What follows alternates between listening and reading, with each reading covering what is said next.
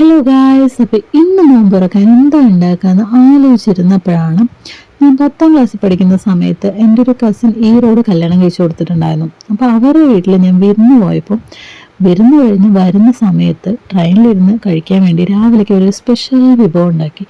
എങ്ങനെയാണ് ഉണ്ടാക്കുന്ന അടുത്തെന്നൊക്കെ നോക്കിയെങ്കിലും എനിക്കത് അത്ര പിടികിട്ടിയൊന്നുമില്ല ആ ടൈമിൽ.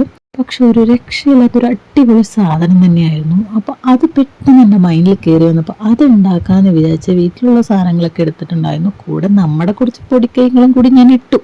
അങ്ങനെ ഒരു തട്ടിക്കൂട്ടായിട്ട് നമ്മൾ സേമിയ ഉണ്ടാക്കിയതാണ്. പക്ഷെ സോയാബീൻ അതിൽ ഇട്ടിട്ടുണ്ടായിരുന്നില്ല, ഞാൻ എൻ്റേതായി കുറച്ച് എക്സ്ട്രാ ഇട്ടതാണ്.